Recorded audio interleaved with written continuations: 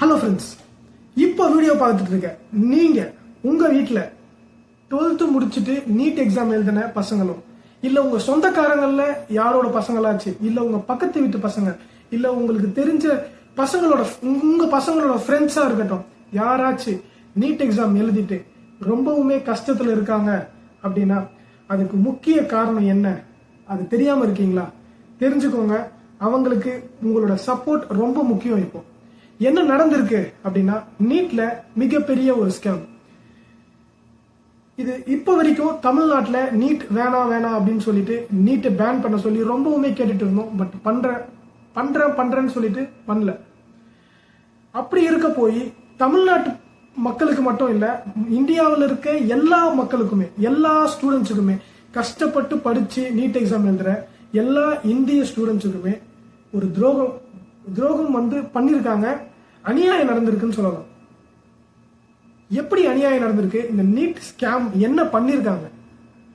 இது ஸ்கேம் சொல்லலாமா, இல்ல அநியாயம் சொல்லலாமா, இல்ல துரோகம் சொல்லலாமா? இத கவர்மெண்ட் எப்படி பார்க்க போறாங்க? இல்ல இந்த கவர்மெண்ட் ஏதாச்சும் மெஷர் எடுப்பாங்களா இதுக்கு? இல்ல இதையும் ஒரு காத்து இன்னொரு இடத்துல இருந்து இன்னொரு இடத்துக்கு போன மாதிரி இந்த ஒரு விஷயத்தையுமே அப்படியே மறந்துட்டு போயிடுவாங்க. பட் நம்ம இதை மறக்க விடக்கூடாது. இந்த வீடியோவை நீங்க எந்த அளவுக்கு ஒரு சீரியஸான வீடியோவை எடுத்துக்கிறீங்களோ அதை பொறுத்து தான் ஃபியூச்சர்ல டாக்டர் ஆக போற ஒரு ஸ்டூடெண்ட்ஸோட லைஃபும் உங்களோட அந்த சீரியஸ்னஸ்ல தான் இருக்குன்னு சொல்லிட்டு இந்த வீடியோவை நான் ஸ்டார்ட் பண்றேன். வாங்க வீடியோக்குள்ள போலாம். இது உங்க நரேன் சியூ, நான் உங்க Naren. Welcome to Naren see you. யாராச்சும் ஃபர்ஸ்ட் டைம் வீடியோக்கு வரீங்கன்னா சப்ஸ்கிரைப் பண்ணிட்டு ஃபாலோ பண்ணிக்கோங்க. அப்பதான் நான் போடுற இந்த மாதிரி ரொம்ப சீரியஸ் கண்டென்ட்டா இருக்கட்டும், இல்ல டெய்லி நியூஸா இருக்கட்டும், உங்களை சேரும். வாங்க வீடியோக்குள்ள போலாம்.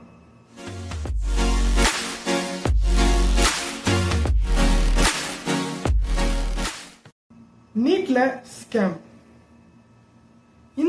இந்த ஜூன் மாசம் ஃபர்ஸ்ட் வாரத்துல எலெக்ஷன் ரிசல்ட்டோட சேர்த்து நீட்டோட ரிசல்ட்டையும் அனௌன்ஸ் பண்ணிருக்காங்க. பட் ஆக்சுவலி நீட் ரிசல்ட் எப்ப அனௌன்ஸ் பண்ணணும் அப்படின்னு பாத்தீங்கன்னா ஜூன் 14th தான். எதுக்கு இவ்வளவு சீக்கிரமா ரிலீஸ் பண்ணணும்? எலெக்ஷன் ரிசல்ட்டோட சேர்த்து இந்த நீட் ரிசல்ட்டையும் அனௌன்ஸ் பண்ண என்ன அவ்வளோ அவசரம்? இது எல்லாருக்கும் தெரியுமா அப்படின்னு பார்த்தா கிடையாது. எல்லாரும் இதை பத்தி பேசுறாங்களா அப்படின்னு பார்த்தா கிடையாது. நீட் எழுதின மாணவர்களோட பேரண்ட்ஸா இருக்கட்டும், இல்ல நீட் எழுதின பசங்களா இருக்கட்டும், இல்ல ஸ்கூல் டீச்சர்ஸா இருக்கட்டும், இவங்க மட்டும்தான் இப்ப இதை பத்தி பேசுறாங்க. இதுல சரி 14th அனௌன்ஸ் பண்ணணும், சீக்கிரம் அனௌன்ஸ் பண்ணிட்டாங்க. அதுல என்ன இருக்கு? அதுல என்ன அப்படி ஸ்கேம் இருக்கு அப்படின்னு பாத்தீங்கன்னா அது பிரச்சனை கிடையாது. இவங்க எவ்வளவு சீக்கிரம் வேணா சொல்லட்டும். பட் இதுல முக்கியமான ப்ராப்ளம் எங்க இருக்கு அப்படின்னு பாத்தீங்கன்னா, நம்ம முதல்ல நீங்க ஒன்னு தெரிஞ்சுக்கணும். 2022ல நீட்டோட ரிசல்ட்ல 720 அவுட் ஆஃப் 720. நீட்டோட ஃபுல் மார்க் பாத்தீங்கன்னா 720 மார்க்ஸ். இதுல 720 அவுட் ஆஃப் 720 எடுக்கிறது ரொம்பவுமே கஷ்டம். 2022ல எத்தனை பேர் டோட்டல் இந்தியாவிலேயே எத்தனை பேர் எடுத்தாங்க அப்படின்னு பாத்தீங்கன்னா 0. சரி, போன வருஷம் 2023ல எத்தனை பேர் எடுத்தாங்க பாத்தீங்கன்னா டோட்டல் இந்தியாவிலேயே ஜஸ்ட் 2 பேர் தான் எடுத்தாங்க. பட் ஆனா இந்த ஒரு விஷயத்துலதான் இப்போ 2024ல யாருமே எதிர்பார்க்காத ஒரு திருப்பு முனைன்னு சொல்லலாம். 67 பேர் சென்டம் எடுத்திருக்காங்க. 67 பேர் 720க்கு 720 எடுத்திருக்காங்க. இது எப்படி பாசிபிள்? கவர்மெண்ட் இந்த நீட் எக்ஸாமை கொண்டு வந்ததுக்கு முக்கிய காரணமா சொன்னதே என்னன்னா, எல்லா ஸ்டேட்லயுமே அவங்களோட அந்த ஸ்டடீஸ், அவங்களோட அந்த சிலபஸ் அப்படின்றது ரொம்ப ஈஸியா இருக்கு, அது ஒரு ஸ்டாண்டர்டா இல்ல அப்படின்னு சொல்லிட்டு இந்த நீட் எக்ஸாமை ஒரு ஸ்டாண்டர்டா கொண்டு வர போறோம். ஜேஇஇ இன்ஜினியரிங்க்கு அந்த மாதிரி நீட், எம்பிபிஎஸ்க்கு நீட் எக்ஸாம் எல்லாருமே ஒரு கன்கரண்ட் எக்ஸாமா இருக்கட்டும், இந்தியா ஃபுல்லா எல்லாருக்கும் ஒரே மாதிரி எக்ஸாம் அப்படி இருக்கணும் அப்படின்னு சொல்லிட்டு இந்த ஒரு நீட் எக்ஸாமை கொண்டு வராங்க. இப்படி கொண்டு வந்த எக்ஸாம்ல ஒரு நம்பர் 1 ஸ்டாண்டர்ட் எக்ஸாம் அப்படின்னு சொல்ற இந்த எக்ஸாம்ல எப்படி 67 பேர் 720 அவுட் ஆஃப் 720 எடுக்க முடியும்? இதுல முக்கியமா இத ஸ்கேம்னு சொல்றதுக்கு இன்னொரு காரணம் என்னன்னா, இந்த 67 பேர்ல 6 பேரு ஒரே இந்த எக்ஸாம் சென்டர்ல இருந்து 720 அவுட் ஆஃப் 720 எடுத்திருக்காங்க. இப்படி எடுக்க எந்த அளவுக்கு சாத்தியம் இருக்கு? ஒரே எக்ஸாம் சென்டர்ல எழுதின 6 பேருமே 720 எப்படி எடுக்க முடியும் அப்படின்னு இப்போ எல்லா ஸ்டூடெண்ட்ஸும் சரி, இந்த ரிசல்ட் வந்ததுல இருந்து எல்லா டீச்சர்ஸும் சரி, பல மாநிலத்தில இருந்து பல எக்ஸ்பர்ட்ஸ் இதை பத்தி தான் பேசிட்டு இருக்காங்க. இப்போ இதுதான் மிகப்பெரிய டாபிக்கா பேசப்பட்டு இருக்கு. இதுல இன்னொரு மோசமான சம்பவம் என்னன்னு பாத்தீங்கன்னா, ரொம்பவுமே ஒரு இதை பத்தி நான் கேள்விப்படும் போதே ரொம்பவுமே ஒரு எனக்கே கோவம் வருதுன்னா, அப்போ இந்த நீட் எக்ஸாம் எழுதிட்டு அந்த மார்க்குக்காக வெயிட் பண்ணிட்டு இருந்த பசங்களோட மனநிலைமை எந்த மாதிரி இருக்கும்? ஏழை மாணவர்கள்லாம் அவங்க கஷ்டப்பட்டு படிச்சு இப்போ இந்த நீட் எக்ஸாம் பாஸ் பண்றதே ஒரு கனவுன்றதை விட ஒரு ஒரு அலைச்சல்னு சொல்லலாம், பிரெயின் ஒரு மென்டல் டார்ச்சர் அப்படின்னு சொல்லலாம்.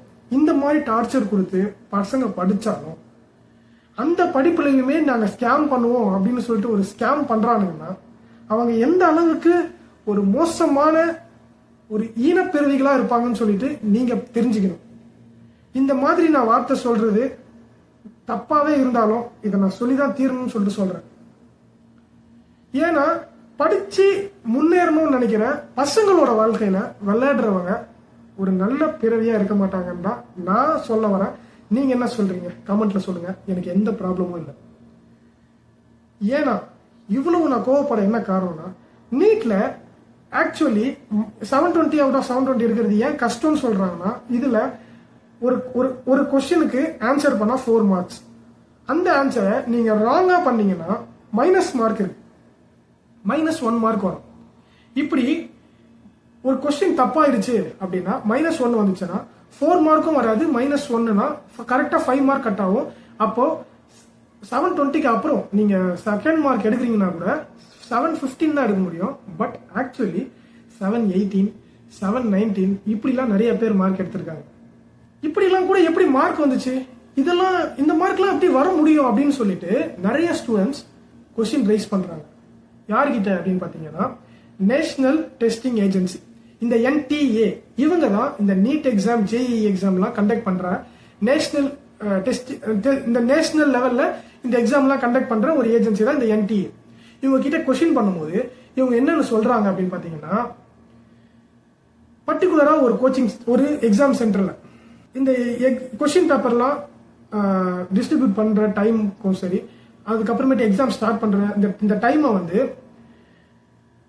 15 மினிட்ஸ் டிலே ஆயிடுச்சு. இதுக்கு காரணம் அங்க வந்த அந்த எக்ஸாம் கண்டக்ட் பண்ண வந்த டீச்சர் தான் அதுக்கு காரணம் அப்படின்னு சொல்லிட்டு அவங்க சொல்லியிருக்காங்க.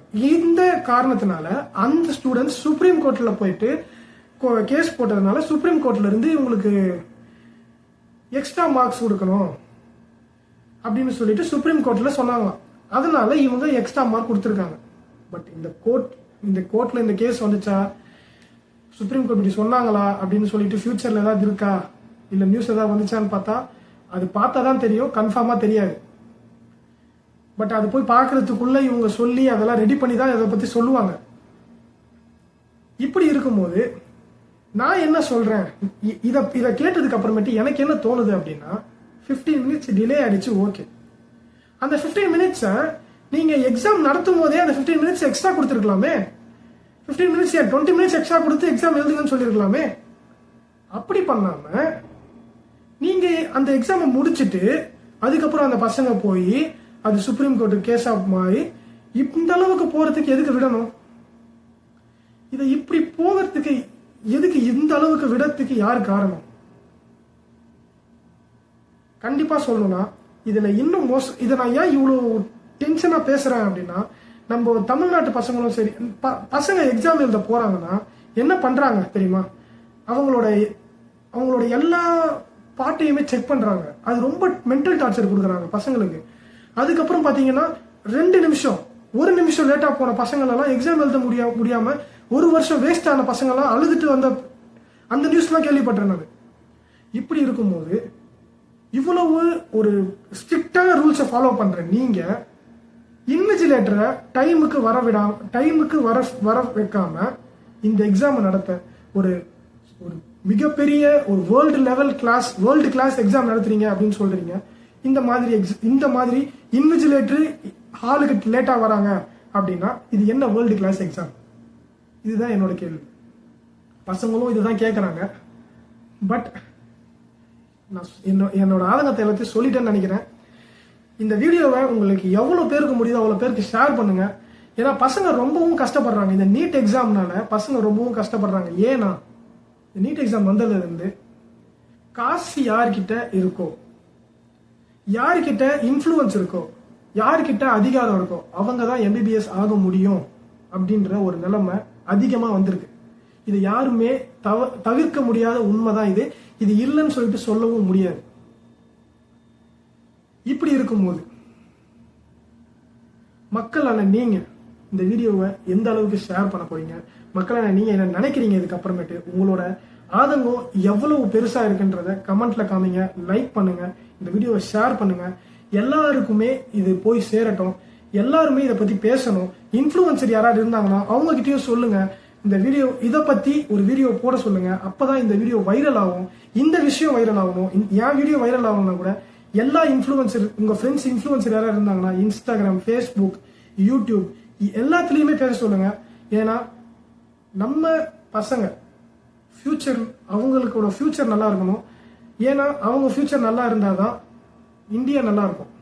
இதை சொல்லிட்டு இந்த வீடியோ நான் முடிச்சுக்கிறேன். இன்னொரு நல்ல வீடியோவில் உங்களை நெக்ஸ்ட் வந்து சந்திக்கிறேன். அது வரைக்கும் குட் பை ஃப்ரம் நரேன்.